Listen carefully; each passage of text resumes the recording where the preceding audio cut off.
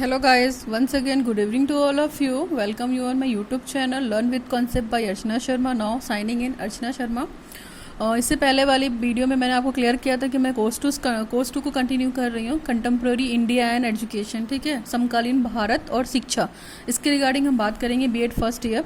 तो उसमें आपको मैंने पढ़ाया था एक टॉपिक नई तालीम, ठीक है। नई तालीम हमने जो पढ़ा था वो गांधी जी के रेफरेंस में पढ़ा था, यानी कि उसका जो टाइटल था वो गांधी जी नई तालीम था। तो गांधी जी ने नई तालीम की जो शिक्षा दी है उसको वर्क एजुकेशन से, कम्युनिटी पार्टिसिपेशन से डेवलपमेंट करके बताया है कि वर्क एजुकेशन कैसे हेल्पफुल है उनकी गांधी जी की नई तालीम को प्रमोट करने में, कम्युनिटी पार्टिसिपेशन का विकास करने में, है ना, जो सामुदायिक सहभागिता होती है उसका विकास कैसे हो सकता है। तो ये सारी चीज़ें जो हमने पढ़ी थी किसके रेफरेंस में पढ़ी थी, गांधी जी नई तालीम की में। तो उसी का आज टॉपिक 2 है, यानी पार्ट 2 है। इसके कई सारे लेक्चर्स होंगे क्योंकि ये एक लेक्चर में कंप्लीट नहीं हो सकता है, छोटे छोटे कंटेंट हैं जिसको हम कंटिन्यू करेंगे। तो आज की वीडियो में हम पार्ट 2 पढ़ते हैं, यानी कि लेक्चर 2 पढ़ते हैं, नई तालीम। आई होप आपको क्लियर हो गया होगा। अगर आपने वीडियो नहीं देखा है तो प्लीज़ आप उस वीडियो को देख लीजिए और अच्छे से देखिए ताकि जो भी डाउट्स हैं आपके क्लियर हो जाए, ठीक है। आज का टॉपिक स्टार्ट करते हैं, वर्क एजुकेशन। तो वर्क से रिलेटेड है, आपको मतलब क्या है, यहाँ पे वर्क की बात की जाएगी और एजुकेशन की बात की जाएगी। तो वर्क आप जानते हैं कि किसी भी ऑब्जेक्ट को अगर हम एक स्थान से उठाकर दूसरी जगह पे रख देते हो तो ये भी हमारा क्या होता है, उस पर जो फोर्स लगता है वो हमें क्या कहलाता है, वर्क कहलाता है। अगर वर्क की definition in the scientific term में देखी जाए तो, ठीक है, कि किसी भी वस्तु को एक स्थान से उठाकर हमने दूसरे स्थान पर रख दिया, उसको करने में हमें जो भी फोर्स लगाना पड़ा वो हमारा वर्क कहलाता है। तो हमने साइंटिफिक डेफिनेशन बताई, बट यहाँ पे वर्क का मतलब हमारा लेबर से है, फिजिकल लेबर से है, जो हम खुद करते हैं, ठीक है, with the help of our hind brain. तो जो हमारा शारीरिक लेबर है या जो हमारा फिजिकल लेबर है उसकी बात हम यहाँ पे कर रहे हैं और उसको हम शिक्षा से कंसल्ट कर रहे हैं। तो हम बात करते हैं कि वर्क एजुकेशन का मतलब क्या है। तो generally work is believe to be the activity which require more physical labour. आपको पता है कि काम करने के लिए हमें फिजिकल लेबर या शारीरिक श्रम की आवश्यकता होती है। हम जितना शारीरिक श्रम कर सकते हैं हमारा काम उतना इफेक्टिव और अच्छा होगा। तो गांधी जी ने यही कहा था कि शारीरिक श्रम के लिए बच्चों को मोटिवेट करना चाहिए, बच्चों को प्रमोट करना चाहिए और उन्हें ये सिखाना चाहिए कि इसका बहुत बेनिफिट है अगर हम फिजिकल लेबर करते हैं तो, ठीक है। फिजिकल लेबर के बहुत सारे फ़ायदे भी हैं, फ़ायदे इन द सेंस कि आप कम्युनिटी में वर्क करना सीख जाएंगे, कम्युनिटी किस तरीके से पार्टिसिपेट करती है, उसका डेवलपमेंट किस तरीके से होता है। तो ये सारी चीज़ें हम वर्क शिक्षा के माध्यम से हम समझ सकते हैं। तो वर्क तो आपको क्लियर हो गया होगा कि फिजिकल लेबर मतलब फिजिकल लेबर ही है, और किसी भी एक्टिविटी को करने के लिए या किसी भी काम को करने के लिए जो भी हम फिजिकल लेबर करते हैं वो हमारा वर्क कहलाता है। यानी कि जो भी शारीरिक श्रम हम करते हैं किसी काम को कंप्लीट करने के लिए वो हमारा क्या है, वर्क है। तो आई थिंक वर्क की डेफिनेशन क्लियर हो गई होगी, आपको मीनिंग क्लियर हो गया होगा, ठीक है। साइंटिफिक तरीके से भी बता दी मैंने आपको, और जो हम एजुकेशन के टर्म में पढ़ रहे हैं वो भी क्लियर हो गया। अभी बात करते हैं हमारा कि वर्क एजुकेशन क्या है, यानी कि शिक्षा, जो कार्य शिक्षा है वो कार्य शिक्षा को कैसे कर सकते हैं। तो work education is considered the purposeful and meaningful physical labour which is organised as the inherent part of the educational process. आपको पता है कि एजुकेशन क्या है, एजुकेशन एक प्रोसेस है, लाइफ लॉन्ग प्रोसेस है, जो मतलब जब से हम पैदा होते हैं जब तक मरते नहीं है कुछ ना कुछ लाइफ में सीखते रहते हैं। तो वो क्या है, वो भी एक तरह की शिक्षा है। शिक्षा एक स्टेप में नहीं होती है ना, एजुकेशन के बहुत सारे स्टेप्स हैं। तो हम एजुकेशन बच्चों को कैसे प्रोवाइड करते हैं, उनके मेंटल लेवल के हिसाब से, उनके इंटरेस्ट के हिसाब से, उनकी हैबिट के हिसाब से, इवन उनकी एबिलिटी के हिसाब से हम उनको शिक्षा देते हैं, है ना। ये थोड़े कि हम प्राइमरी क्लास के बच्चे को मिडिल की शिक्षा दे दें या हायर क्लास के स्टूडेंट को हम प्राइमरी की शिक्षा दे दें, तो इस तरीके से तो काम नहीं चल सकता है। हाँ, हम बच्चे की मेंटलिटी को देखते हैं, बच्चे की एबिलिटी को देखते हैं, तो ये सारी चीज़ें देखते हैं। तो हम कार्य शिक्षा को यहाँ से पर समझने की कोशिश करते हैं कि है क्या। कार्य शिक्षा एक तरीके से देखा जाए तो पर्पसफुल होता है। पर्पसफुल इन द सेंस कि हम जो कार्य करना चाह रहे हैं शिक्षा के माध्यम से उसका एक मोटो होगा, उसका एक ऑब्जेक्टिव होगा, और हम उस कार्य को कैसे करेंगे, due to the physical labour के माध्यम से, ठीक, जो कि एक अच्छी तरीके से ऑर्गेनाइज होगा। सपोज कीजिए कि हमें जो स्कूल में असाइनमेंट दिए जाते हैं या जो भी प्रैक्टिकल वर्क दिया जाता है, प्रोजेक्ट वर्क दिया जाता है, तो बच्चे क्या करते हैं, इसको करते हैं। तो ये भी एक तरीके का वर्क एजुकेशन का एग्जाम्पल है कि शिक्षा में हमें जो भी वर्क दिया गया है उसको हम फिजिकल लेबर के थ्रू करने की कोशिश करते हैं। तो ये हमारा क्या है, वर्क एजुकेशन की डेफिनेशन है या मीनिंग है या कॉन्सेप्ट है, आप जो भी कहना चाहें। आई थिंक आपको क्लियर हो गया होगा। तो आपको हम सिंपल टर्म में बता देते हैं, वर्क एजुकेशन को हम केवल एक मतलब मीनिंगफुल, पर्पसफुल, ऑब्जेक्टिवफुल, मतलब ऑब्जेक्ट को अचीव करने के लिए जो भी हम फिजिकल लेबर करते हैं वो हमारा वर्क एजुकेशन है, जिससे हम क्या करें, एजुकेशनल प्रोसेस में जो हमारे एजुकेशनल ऑब्जेक्टिव है उसको हम अचीव कर सकते हैं ना, कार्य शिक्षा के माध्यम से हम अपने सारे कार्य को करके शैक्षिक उद्देश्यों की प्राप्ति को कर सकते हैं। मैंने और क्लियर कर दिया नाउ।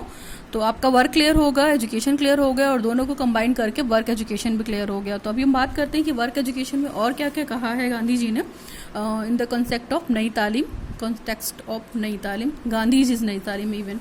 तो अगर हम बात करते हैं तो work education emphasise on including the knowledge. आपको पता है कि ये पूरी तरीके से नॉलेज पे बेस्ड। तो मैंने आपको बताया कि वर्क एजुकेशन क्या है, तो आपको पता होना चाहिए कि वर्क एजुकेशन जो है एक तरीके से देखा जाए पूरी तरीके से क्या है, नॉलेज कंसर्न है, नॉलेज बेस्ड है।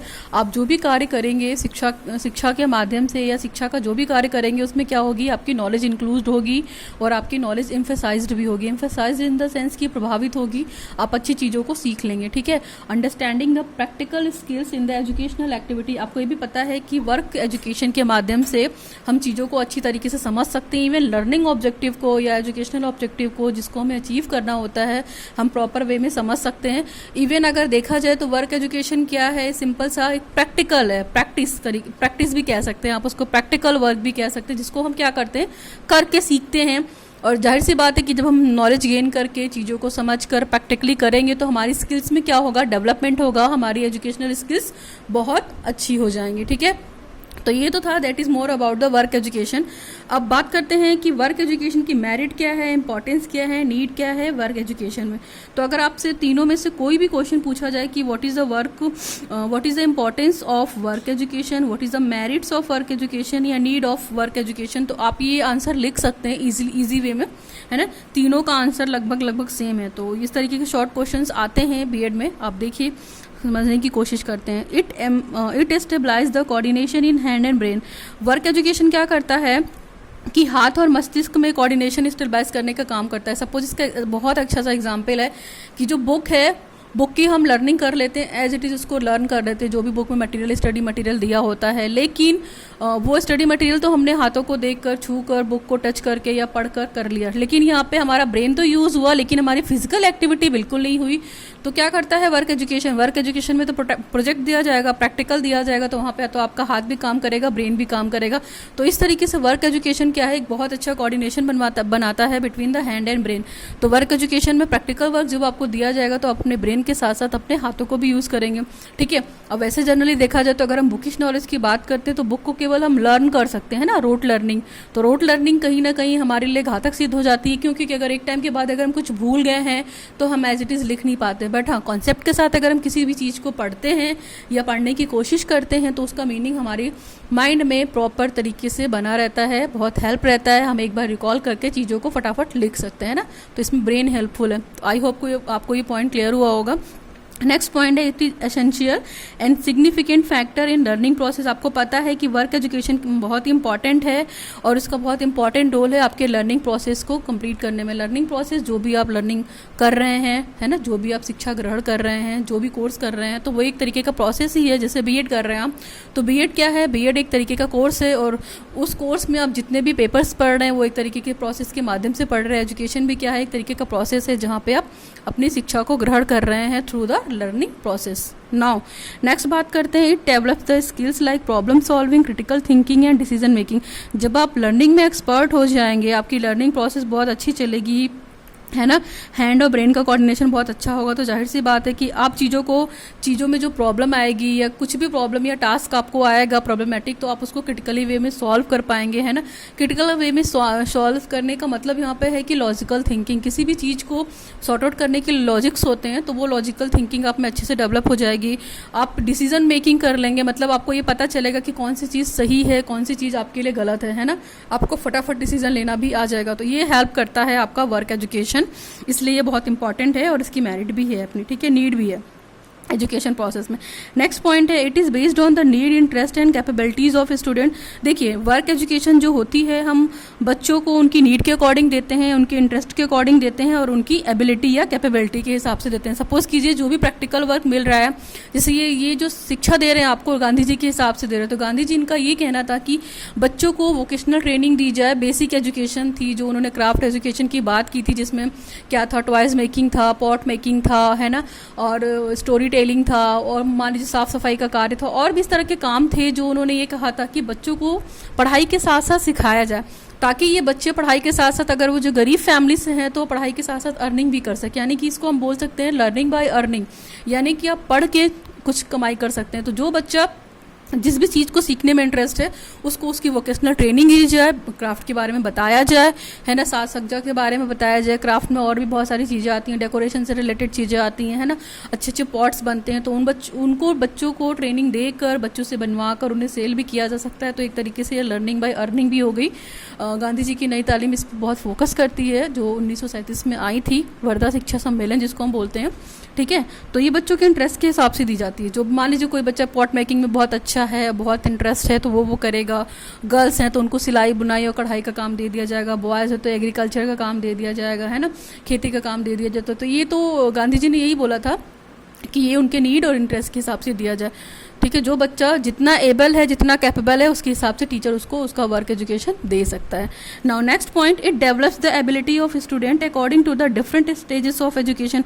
आपको पता है कि एजुकेशन कोई सिंगल स्टेज नहीं है कि हमने पढ़ लिया और पढ़कर पास हो गया और हमें पढ़ने की ज़रूरत नहीं पड़ेगी।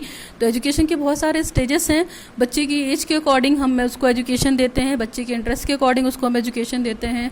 बच्चा कितना एबल है किसी चीज़ को ग्रहण करने में या रिसीव करने में या गेन करने में, अडॉप्ट करने में, तो उसकी जो डिफरेंट स्टेजेस हैं एजुकेशन की, हम बच्चे की एबिलिटी के हिसाब से देते हैं। यानी कि अगर प्राइमरी लेवल की अगर हम बात करते हैं तो उसको हम प्राइमरी लेवल की ही एजुकेशन देंगे, ना कि सेकेंडरी लेवल की एजुकेशन देंगे। तो यहाँ पे बच्चे की एबिलिटी की भी बात की है गांधी जी ने, ठीक। तो ये तो मेरिट है वर्क एजुकेशन की।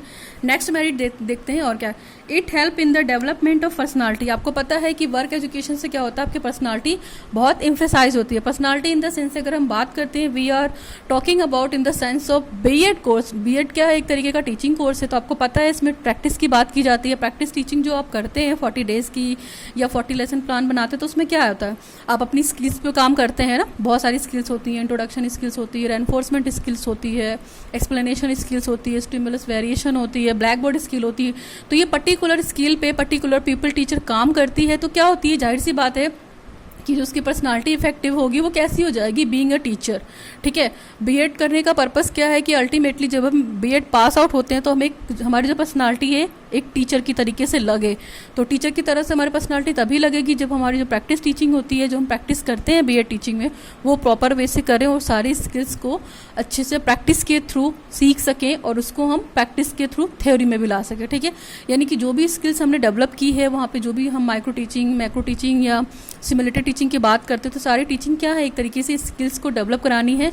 और ये स्किल्स क्यों डेवलप कराई जाती हैं बीएड टीचिंग में, आपको पता है कि आपकी पर्सनालिटी इफेक्टिव हो और आपकी पर्सनालिटी का ओवरऑल विकास हो, है ना। ओवरऑल डेवलपमेंट की बात करते हैं गांधी जी, आपको पता है माइंड, बॉडी एंड स्पिरिट, है ना। अगर एक बच्चे में कुछ भी हम बेस्ट देखना चाहते हैं तो उसके माइंड को, उसकी बॉडी को और उसकी स्पिरिट को, इन्हीं सभी को कंबाइन करके जो भी बच्चा सीखेगा वो बेस्ट होगा, ठीक है।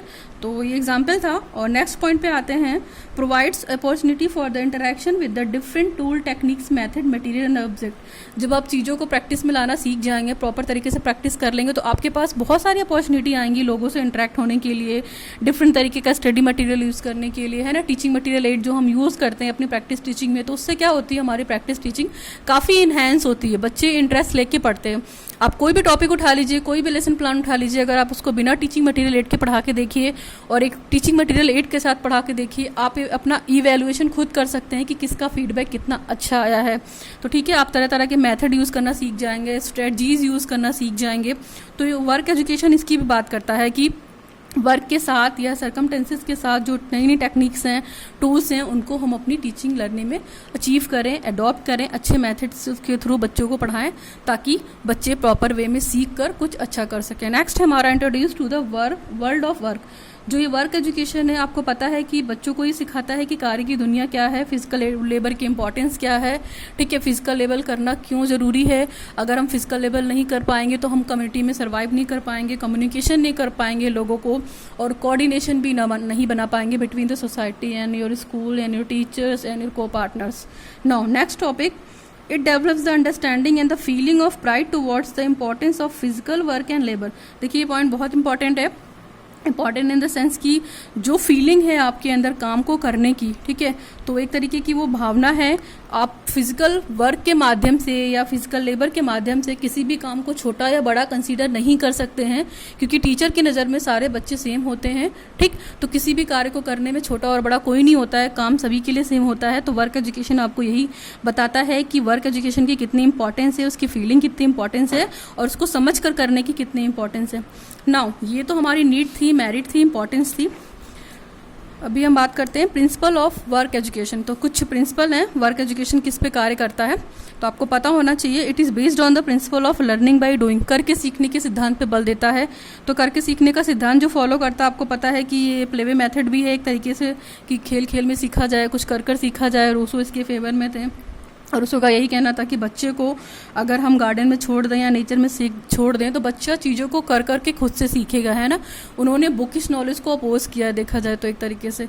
तो ये तो लर्निंग बाय डूइंग का एग्जाम्पल था। नेक्स्ट है हमारा bye including socially useful manual labour into the educational object. जो हमारी शैक्षिक क्रियाएं हैं या जो हमारी एजुकेशनल एक्टिविटीज़ हैं उसमें हम सोशली इन्वॉल्व हो सकें, कैसे? फिजिकल लेबर के थ्रू। अगर हम फिजिकल लेबर नहीं करेंगे तो आपको पता है कि आप सोसाइटी में सर्वाइव नहीं कर सकते हैं ना, आपको कैटेगरी से बिल्कुल अलग कर दिया जाएगा, जिसको हम मार्जिनलाइज्ड ग्रुप बोल सकते हैं। जैसे मान लीजिए 10 बच्चों का एक ग्रुप है और एक बच्चा बाहर से आ गया और वो आपकी फैमिली बैकग्राउंड में या आपके फ्रेंड सर्कल में नहीं है, तो आप उसको बोलेंगे बाहर जाओ। तो एक तरीके से कैटेगराइज कर दिया गया, उसको मार्जिनलाइज्ड कर दिया गया। नाउ नेक्स्ट प्रिंसिपल है आपका based on the principle of learning by engaging in work. देखिए प्रिंसिपल क्या होता है, learning by engaging in work का मतलब है कि आप फालतू कामों में ना लगकर आपको जो सीखना है, आपको जो अपने लर्निंग ऑब्जेक्टिव को अचीव करना है, आप उसमें एंगेज होइए। ठीक है, तो ये तीन प्रिंसिपल थे जो वर्क एजुकेशन है, इन तीनों प्रिंसिपल पे काम करता है और तीनों प्रिंसिपल आपस में एक दूसरे से कोऑर्डिनेटेड हैं, कनेक्टेड हैं। तीनों का अल्टीमेट देखा जाए तो एम यही है कि फिजिकल एजुकेशन की इंपॉर्टेंस है, वर्क एजुकेशन की इंपॉर्टेंस है और वर्क एजुकेशन में फिजिकल लेबर की इंपॉर्टेंस है। नाउ कुछ फैक्टर्स हैं, फैक्टर्स की बात करते हैं। Now we come to the factors. Important factor in work education, यानी कि कार्य शिक्षा में क्या इंपॉर्टेंट फैक्टर हैं। तो सबसे पहला फैक्टर है टीचर, दूसरा है society community engagement, now third one is the economic value और चौथा है पैडागॉजिकल वैल्यूज़। तो टीचर आपको पता है कि क्या है, teacher is the pillar of the school, आपकी स्कूल का पिलर है। अगर टीचर नहीं होगा तो आपका करिकुलम कंप्लीट कौन कराएगा, आपको टीचिंग कौन कराएगा, आपको लर्निंग कौन कराएगा और आपको आपका इवैल्यूएशन कौन करेगा, है ना, कि आपने क्या सीखा है, क्या सीखना है आपको और चीज़ों को कैसे अचीव करेंगे। तो यानी कि अगर टीचर नहीं है तो स्कूल की भी इंपॉर्टेंस नहीं है और स्टूडेंट की भी इंपॉर्टेंस नहीं है। तो टीचर पता है आपको कि मेजर रोल है, teacher is the pillar of the school. Now next है हमारा सोसाइटी कम्युनिटी एंगेजमेंट। आप फिजिकल लेबर के थ्रू या फिजिकल वर्क के थ्रू, ठीक है, आप अपने वर्क एजुकेशन को कैसे कंप्लीट करते हैं, सोसाइटी में कैसे अपनी कम्युनिटी बनाते हैं, या जो आपकी कम्युनिटी है उसमें आप कैसे पार्टिसिपेट कराते हैं अपने आप को। तो आप फिजिकल लेबर के माध्यम से इन सब चीज़ों को करा सकते हैं। ठीक है, सपोज कीजिए अगर आप फिजिकल लेबर नहीं कर पाएंगे तो क्या गारंटी है कि आपको आगे जाकर जॉब मिलेगी। ठीक, नेक्स्ट है हमारा economical value. Economical value in the sense यहाँ पे अर्निंग से है। तो गांधी जी ने नई तालीम के माध्यम से यही सिखाने की कोशिश की थी कि बच्चों को क्राफ्ट की एजुकेशन दी जाए, ताकि अगर उन्हें कभी ऐसी कंडीशन को फेस करना पड़े कि उनको मतलब अपनी पढ़ाई छोड़कर कुछ अर्न करना पड़े, तो वो पढ़ाई के साथ साथ अर्न कर सके, है ना। अर्न कैसे कर सकेंगे, बेसिक क्राफ्ट की चीज़ों को बनाकर उसको फिर सेल कर देंगे, सेल करके उनको लर्निंग के साथ कुछ अर्निंग हो जाएगा, जिससे वो अपनी इकोनॉमिकल वैल्यूज़ को बढ़ा सकेंगे। ठीक है, पैडागॉजिकल वैल्यूज़ का मतलब है कि आपको अपने शैक्षिक उद्देश्य जो हैं, जो आपके मूल्य हैं, जो आपके आइडियल्स हैं, उनको अचीव करना ही हमारा पैडागॉजिकल वैल्यू है। पैडागॉजिकल वैल्यूज़ आपको ये सिखाते हैं कि जो हमारा एजुकेशन है वो वैल्यू में निहित है, मतलब वैल्यूज़ ज़रूरी हैं। हम अपने आइडियल्स को और वैल्यूज़ को ड्रॉप आउट नहीं कर सकते हैं। शिक्षा में यही सिखाती है कि हमें शिक्षा सीखनी है और नई नई टेक्नोलॉजी के माध्यम से आगे भी बढ़ना है, सब कुछ करना है, लेकिन हमारे जो वैल्यूज़ हैं उसको हमें ड्रॉप आउट नहीं करना है। हमारे जो आइडियल हैं उसको हमें एलिमिनेट नहीं करना है सोसाइटी से, और ना ही उसे रिमूव करना है ना। उसके साथ साथ हमको ये सारी चीज़ें करनी हैं। तो ये मेन इंपॉर्टेंट फैक्टर थे, मैंने ये फैक्टर भी डिस्कस कर दिए हैं। फिर भी इन केस आपको कोई दिक्कत होती है तो you can comment me on my comment section. Now work education has been completed properly. This is a lecture 2 regarding the नई तालीम। ठीक है, गांधी जी नई तालीम and community participation and engagement development. Next वाले टॉपिक में हम बात करेंगे वर्क एक्सपीरियंस की। ठीक है, तो वर्क एजुकेशन की मैंने बात करी। ठीक है, that is more about the today's video. अगर आपको ये लेक्चर अच्छा लगा, कुछ भी पसंद आया तो प्लीज़ दूसरों तक शेयर कीजिए, सब्सक्राइब कीजिए। ठीक है, मेरा चैनल को सब्सक्राइब कीजिए ताकि आपको नई नई नोटिफिकेशन मिलती रहे रिगार्डिंग द वीडियो, ठीक है। B A daily classes I think. Now signing off Archana Sharma, learn with concept. Thanks for watching the video.